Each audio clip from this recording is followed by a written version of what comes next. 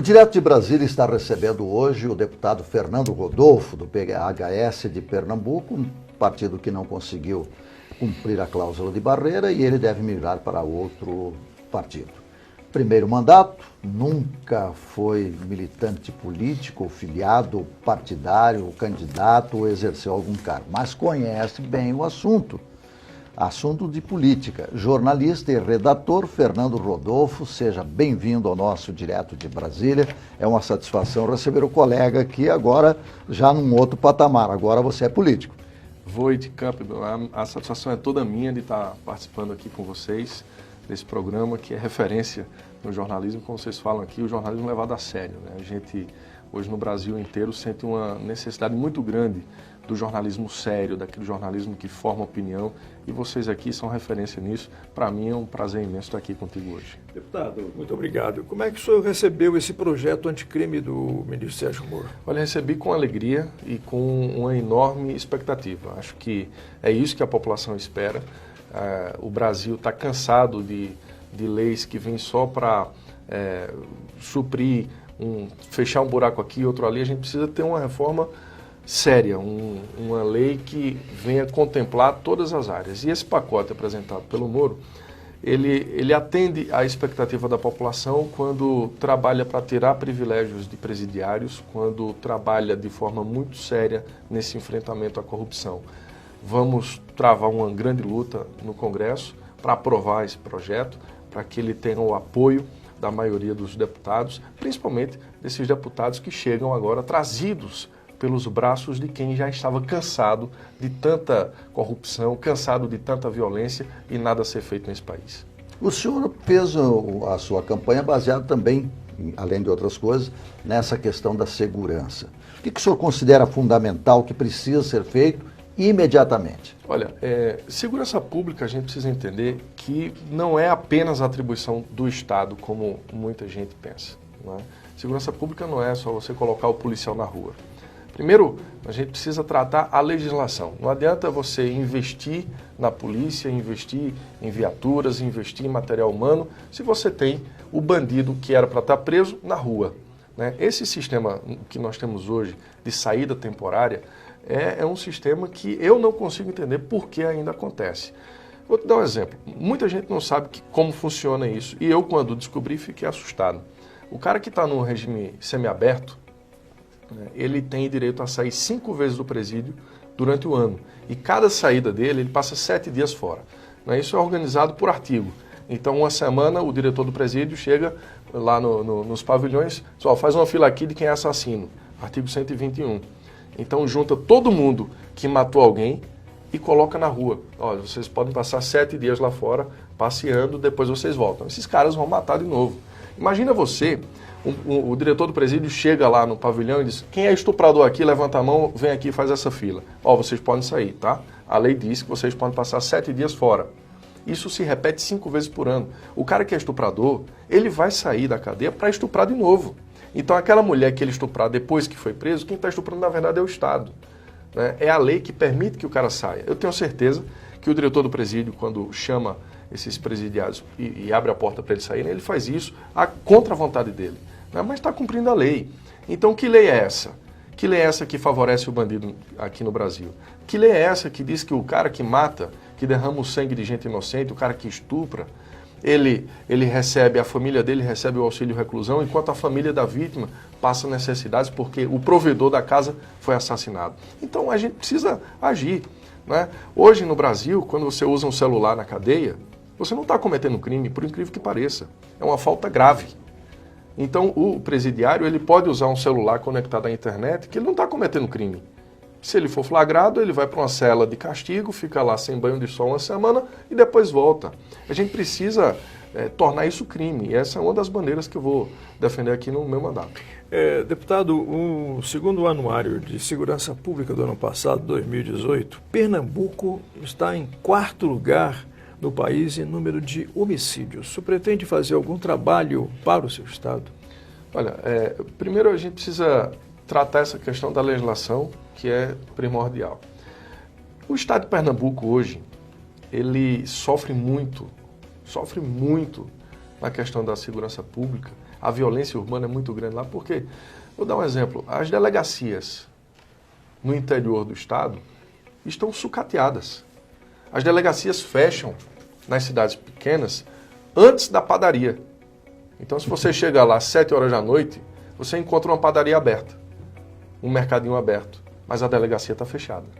Como é que a gente fala de combate à violência, de combate aos criminosos desse jeito, né? Tem cidades lá em Pernambuco onde até o padre abastecia as viaturas da polícia militar. Tem cidades lá onde o prefeito tira dinheiro do próprio bolso para consertar viatura quebrada, para ajudar na reforma da delegacia ou do destacamento da polícia militar. A gente sabe, a gente assiste toda semana a ação de assaltantes durante a madrugada lá, explodindo caixas eletrônicos. Isso é um absurdo. O senhor, como jornalista, que exerceu lá uma comunicação muito forte. Ele fazia jornalismo investigativo, né? Exatamente. Você deve conhecer bem de perto isso. Olha, né? Você sabe, lá o que acontece hoje é o seguinte, é você esperar a aproximação dos bandidos. O cara chega numa cidade lá, num comboio de 10, 15 homens. Explodem os caixas eletrônicos que tem naquela cidade pela madrugada. E vão embora, numa boa. Sabe por quê? Porque lá, na hora da ação, na cidade onde ele foi, só tem 2 policiais militares. Com 38. 2, com revólver 38. Então, eu dizia na televisão, olha, você que é policial que fica nesses destacamentos aí, quando os bandidos chegarem, se escondam. Porque não dá. Isso não é enfrentamento, é suicídio. Não é você ter 2 policiais que o Estado coloca lá para enfrentar 15 homens fortemente armados. Os caras chegam lá no interior, a ousadia é tão grande que eles fecham o batalhão. Eles fecham as saídas dos batalhões. Eles isolam os policiais, ficam lá 2, 3, 4 bandidos fazendo o bloqueio lá do destacamento, enquanto os outros estão agindo. E a gente só espera o próximo, ninguém faz nada, não tem uma força-tarefa, não tem uma inteligência. Na realidade, né, diante disso, desta situação, o poder público faz de conta que oferece segurança e o cidadão faz de conta que tem segurança, mas na realidade está nas mãos dos bandidos. Olha, 70% dos delegados de Pernambuco hoje não investigam crimes, porque não dá, não tem material humano. Ele está praticamente sozinho na delegacia. Então os inquéritos vão se acumulando. E pior, vão se acumulando lá no quintal da casa alugada para funcionar de improviso. Outro dia, não faz muito tempo, um delegado enviou um comunicado à Câmara de Vereadores da cidade, dizendo que a delegacia ia embora da cidade porque o aluguel não estava sendo pago já fazia 5 meses. É um poder paralelo que se instalou, não é, Voit? Mas é uma realidade tão nua, tão crua que o deputado está relatando aqui, que muita gente não tem ideia de que seja assim, mas o senhor conhece bem, o senhor é jornalista, transmitiu isso quantas vezes. Agora, por onde começa essa solução? Porque se o governador, se os prefeitos não se mobilizam, não enxergar eles enxergam e sentem essa realidade. Mas fazer o quê? Olha, você toca num assunto importante. Os prefeitos têm um papel fundamental nisso. Eu entendo que é preciso a gente unir forças, né? Eu não estou aqui só para atirar pedras. Eu entendo as limitações do Estado. Agora, o Estado também precisa reagir. O Estado precisa investir mais na polícia, investir mais na estrutura, porque você tem lá os policiais, mas você tem que oferecer a condição de trabalho. Isso vai desde a arma que ele usa até as condições físicas da delegacia. Esqueci de falar aqui, mas tem delegacia lá outro dia que o sindicato dos policiais chegou lá, não tinha algema. Por aí.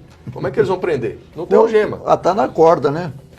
Então aí é onde é que entra o papel dos prefeitos, fazer parceria. É preciso ter essa sensibilidade. O gestor municipal ele precisa entender que ele também é partícipe nessa conjuntura, nesse enfrentamento à violência. Ele precisa se desprender de questões políticas e dizer, governador, eu quero aqui fazer uma parceria, vamos lá, vou fazer um posto de policiamento aqui na minha cidade, vou bancar isso, né, e você entra com o material humano, você entra com a estrutura, com o aluguel, enfim.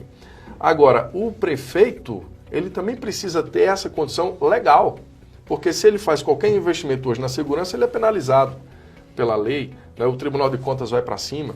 Então, o que é que eu defendo? A gente precisa criar um fundo para financiamento da segurança nos municípios, como tem o Fundeb para a educação, como tem o SUS para a saúde.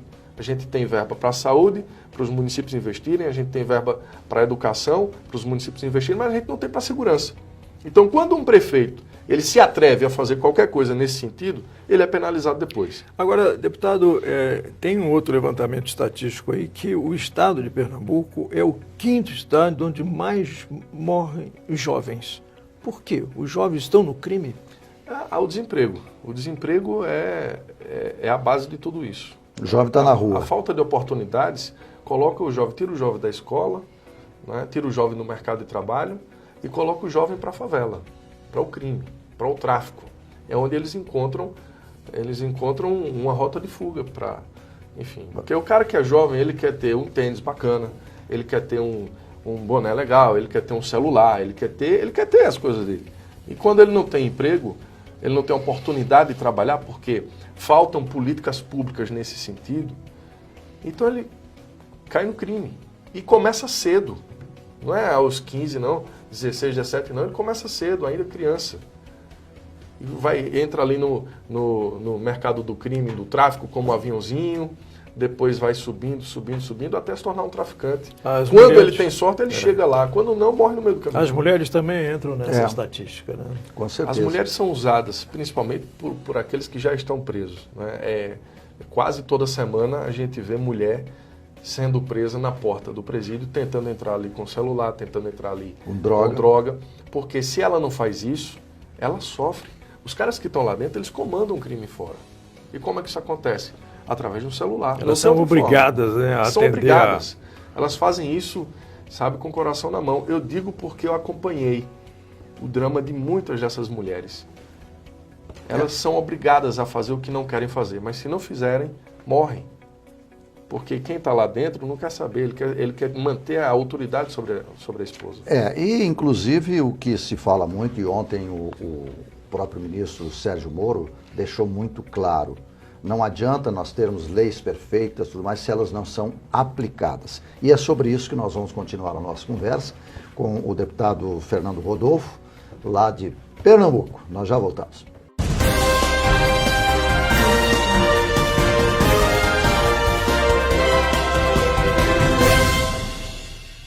Estamos retornando com o nosso Direto de Brasília, que é o jornalismo levado a sério, e hoje tendo um retrato bastante preto e branco da realidade brasileira, mas é a realidade brasileira. O deputado Fernando Rodolfo, lá de Pernambuco, do PHS, eu arrisco a dizer que logo em breve ele vai trocar de partido, não sei ainda se vai para o Podemos, se vai para o PL, se vai para o PSL, mas isso é uma pergunta que nós vamos fazer depois. Vamos continuar nessa linha da segurança, do combate à criminalidade, deputado. Esse pacote, esse projeto de lei anticrime, qual é, na sua opinião, a principal virtude dele? Onde é que ele está? Porque tem a parte da bandidagem, mas tem uma outra parte de uma bandidagem mais oculta, a do colarinho branco. Não é que o ministro Moro falou ontem que é crucial a manutenção, a aprovação, a oficialização da condenação, da prisão após a segunda instância. O que o senhor pensa a respeito disso? Eu concordo, acho que a gente precisa tornar isso lei, né? Hoje você tem a prisão em segunda instância por uma interpretação do judiciário, mas é preciso que esteja na lei. E esse é o nosso desafio, essa é a nossa tarefa, colocar isso na lei. Como também levar a sério esse debate de criminalizar o Caixa 2. O Caixa 2, a gente fala muito disso, em época de campanha se fala muito disso, na Lava Jato foi o que mais se falou até agora, Caixa 2, mas não é crime. A gente precisa criminalizar isso. Você recebe um recurso, né, obscuro, ninguém sabe de onde veio, certamente veio do hospital, veio da merenda da escola, que deveria estar sendo aplicado lá, e é usado em campanha eleitoral. Isso não é declarado.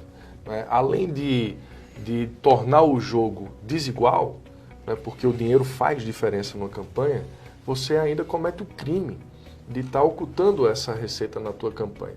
Né? Então a gente precisa criminalizar essa prática. Eu concordo com o posicionamento do ministro Sérgio Moro, que a gente precisa criminalizar. Agora também é preciso entender que há muitas coisas que são simples de se resolver e que terão um efeito muito grande na prática. Vou dar um exemplo. A lei de licitações que nós temos hoje. Eu não entendo por que isso ainda não mudou. Veja, você abre uma empresa hoje e amanhã você já está disputando uma licitação. Uma licitação fraudulenta, onde você já vai sabendo que vai ganhar. Por quê? Eu vou dar uma realidade dos municípios. Eu fiz uma reportagem, Voit, não faz muito tempo, em Sergipe. E lá eu me infiltrei numa quadrilha de empresários que fraudavam, eles se organizavam para fraudar licitações para a merenda escolar. Eu estava lá no meio deles, isso está gravado, foi para a televisão. Eu estava lá no meio deles, disfarçado de empresário, gravando tudo. E eles combinavam de uma forma ardilosa quem ganharia a licitação no dia seguinte. O líder lá do grupo dizia, olha, a gente vai marcar 9 horas na padaria que fica na frente da prefeitura, eu quero ver os envelopes de todo mundo antes de lacrar, para ver se o que a gente combinou aqui vai ser cumprido amanhã. E eu estava lá gravando isso, os caras negociando propina para prefeito, propina para pregoeiro. Te pergunto, o que é que aconteceu? Nada. Essa turma continua agindo, continua operando, e são empresas que foram abertas recentemente. Eles abriam empresas para disputar no dia seguinte a licitação. Só acha que a lei da licitação 8666, ela facilita? Facilita. Quando ela permite, ela deixa essa janela aberta, ela está convidando o bandido para entrar nas licitações. O que é que eu penso? E o que é que eu vou defender nesse nosso mandato? Que uma empresa, para participar de uma licitação, ela tem que ter no mínimo 5 anos de funcionamento. Tem que ter currículo, né? Tem que ter 5 anos de funcionamento, tem que provar que existe, tem que provar que ela tem capacidade técnica para exercer aquele serviço que ela está disputando, para fornecer aquele material. E outra, a entidade que faz a contratação, que lança o edital, ela tem que formar uma comissão, e essa comissão desses servidores do município, seja do município ou do estado ou da União, ela vai ser responsabilizada por qualquer ato que aquelas empresas venham a praticar, porque aí você começa a sentir na pele. Né? Corrupção a gente tem que tratar como crime, como corrupção, não tem que ter pena. Né? Tem que ser severo. Então a lei 866, ela deixa isso aberto. A lei de licitações, ela permite isso. Então a gente, primeira coisa, tem que mudar. Quando se faz eletronicamente, não melhora, não? Tem a máfia do mesmo jeito. Né? O pregão eles eletrônico... combinam igual, né? Combinam igual. Tem a máfia do mesmo... Como eu te falei, a combinação é antes do processo licitatório. Quando você chega na licitação, já está tudo certo. O pregoeiro lá já sabe quem vai ganhar. Você participa, é assim que funciona. Você vai lá, 5 empresas. Você está lá no meio. Eu sei que eu vou perder. Vou dar um exemplo. Eu sou um dos empresários que está ali. Eu sou um laranja no processo. Eu vou ganhar a licitação no município B. Hoje, a licitação no município A. Eu vou participar, mas vou perder. Isso está combinado. Mas ganho no B. Ganho no B. Eu vou ganhar no B. Aqui eu estou só cumprindo tabela. Né? Só participando. Então, o que é que eu faço para ser desclassificado lá? Eu apresento meu envelope com os documentos, faltando um documento. Então, na hora que o pregoeiro vai fazer a checagem, ele diz, Fernando, você está fora, porque está faltando uma certidão aqui. Inabilitado. Ou a certidão que você apresentou está vencida. Então você saiu. Né? E por aí vai saindo um por um até ficar aquele que vai ganhar. Eu gravei isso. Eu estava lá dentro. Pior não é só a disfarçatez, né, deputado? Mas também roubar dinheiro de merenda escolar. Se você vê, Voit, é de partir o coração. No nosso Nordeste, no meu estado lá em Pernambuco, principalmente no interior, você tem crianças que são matriculadas pelos pais nas escolas para merenda, só para poder se alimentar, né? Aquela, muitas vezes, é a única refeição que aquela criança tem. E quando você mexe nessa refeição, que é sagrada, você não está mexendo só numa refeição, você está mexendo com crianças, você está mexendo com a fome. Eu já passei fome, eu sei o que é isso. Então, quando você mexe com a fome, isso não tem perdão. Sabe? Não tem que ter perdão para esses caras. Deputado, o senhor é de Garanhuns. Nasci em Garanhuns, hoje moro em Caruaru. O senhor pretende ajudar um pouco a cidade com o seu trabalho? Não só Garanhuns, não só Caruaru, que é onde eu moro hoje, mas todo o estado. Olha, eu não fui eleito para estar vindo aqui, registrar o ponto lá de presença no plenário, votar, fazer discurso. Não, eu não fui eleito para isso. Eu fui eleito para tratar, para cuidar das pessoas que me colocaram, que me trouxeram aqui. Eu tive lá quase 53 mil votos, sem ter apoio sequer de um vereador. Então foram pessoas que estavam cansadas com a velha política e que diziam para mim, eu vou sair da minha casa só para votar em você, porque eu te conheço da televisão e eu confio em você. Então eu tenho um compromisso moral com essas pessoas. Eu vou tratar sim, vou cuidar da minha cidade, vou cuidar de Caruaru, mas vou cuidar de todo o Estado. É o que a gente espera que o senhor faça, deputado. Agora o senhor tem um encontro hoje com o ministro Sérgio Moro da Justiça e o senhor vai tratar da frente de combate à corrupção. Como é que o senhor pretende agir? Como é que essa frente pretende atuar? Eu tive a honra de ser convidado pela deputada Adriana Ventura, que é a líder dessa frente parlamentar, para ser um dos coordenadores da Frente Parlamentar de Combate à Corrupção, representando o Nordeste. E hoje nós teremos uma audiência com o ministro Sérgio Moro para apresentar essa proposta que nós vamos executar na Câmara dos Deputados e também para dialogar sobre o pacote anticrime que foi apresentado. Como é que o senhor acha que deve agir essa frente? O senhor já deve ter pensado num norte para atuar. Olha, primeiro a gente precisa cobrar celeridade nas investigações que estão em andamento. Ainda ontem, eu estava vendo uma operação realizada lá em Pernambuco pela Polícia Federal em 2017, envolvendo 10 prefeituras. A Operação Cosa Nostra. 10 prefeituras. Até hoje, a gente não sabe o que deu. Né? Deu exemplo aqui dessa denúncia que nós fizemos de Sergipe. Até hoje a gente não sabe o que deu. Então a gente precisa usar essa frente parlamentar de combate à corrupção para cobrar da polícia, dos órgãos de controle, celeridade nas investigações que estão em andamento. E abrir o canal com a sociedade para que a gente possa também receber denúncias e ter a prerrogativa de ir fiscalizar, porque esse é um papel nosso. Você vai pedir mais segurança também para o Estado? Vou pedir mais segurança. Essa é uma bandeira, é um compromisso que eu firmei com a sociedade. Inclusive, já vamos manter um diálogo aí com o governador do Estado, que apesar de questões de divergências políticas, esse momento é um momento de trabalhar. Na eleição a gente discute na eleição, então agora a gente tem que trabalhar. Eu já disse ao governador, mesmo sendo oposição, eu estou à disposição para ajudar naquilo que for para Pernambuco, principalmente no tocante à segurança pública.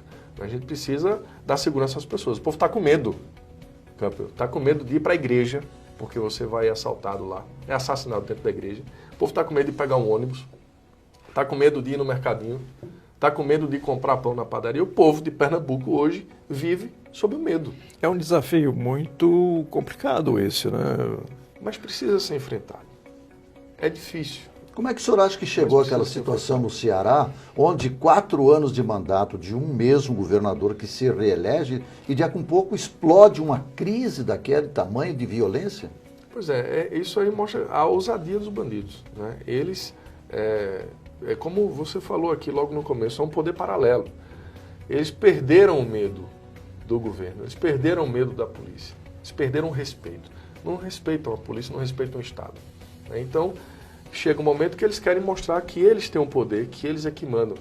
E usam os seus artifícios, começam a incendiar ônibus, começam a tocar o terror em agências bancárias, e é assim que eles fazem. O bandido, ele impõe a cultura do medo.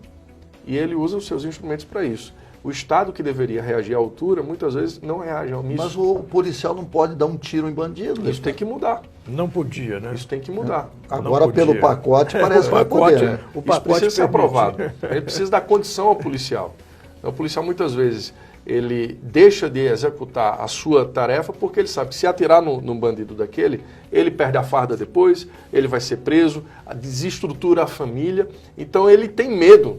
E ele só atira quando é o último caso. Mas eu acho, você sacou a arma para um policial, apontou a arma para um policial, tem que ser abatido. E o policial tem que ter essa... O cara com uma R15 na rua e a pessoa é considerada inofensiva. Essa é uma questão, existe isso. essa é uma questão ligada também à questão do armamento, né? Era o desarmamento, agora nós vamos mudar essa situação, né? Como é que você vê essa questão da pessoa ter um porte ou ter em casa uma arma para a sua defesa? Olha, eu acho que isso é mais uma questão de segurança pessoal do que propriamente segurança pública. Né? Eu sou a favor do porte de armas. Agora, é claro que a gente não vai Disseminar, liberar isso para todo mundo. Né? Tem que ter arma regras. R$1,99.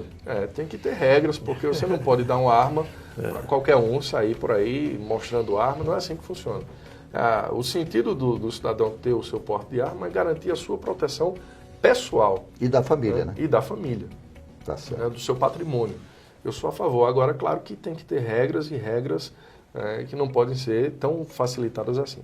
Deputado, foi uma grande satisfação nossa, é uma boa recordação, uma grata satisfação recebê-lo aqui, sabendo um deputado novo de primeiro mandato, com esse tipo de postura, com esse tipo de pensamento e preocupado com a população brasileira.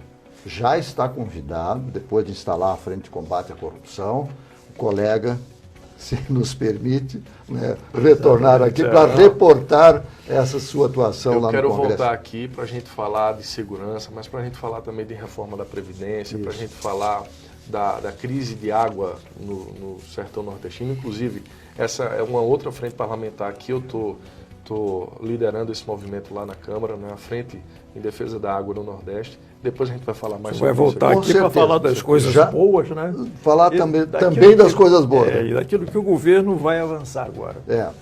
Deputado, mais uma vez, muito obrigado pela sua presença aqui. Muito obrigado feliz. à sua assessoria, que sempre foi muito atenciosa com o Direto de Brasília. Né? Tem uma assessoria competente, o pessoal lá do gabinete também recebe a gente muito bem. E a você que nos acompanhou, muito obrigado e até um próximo Direto de Brasília.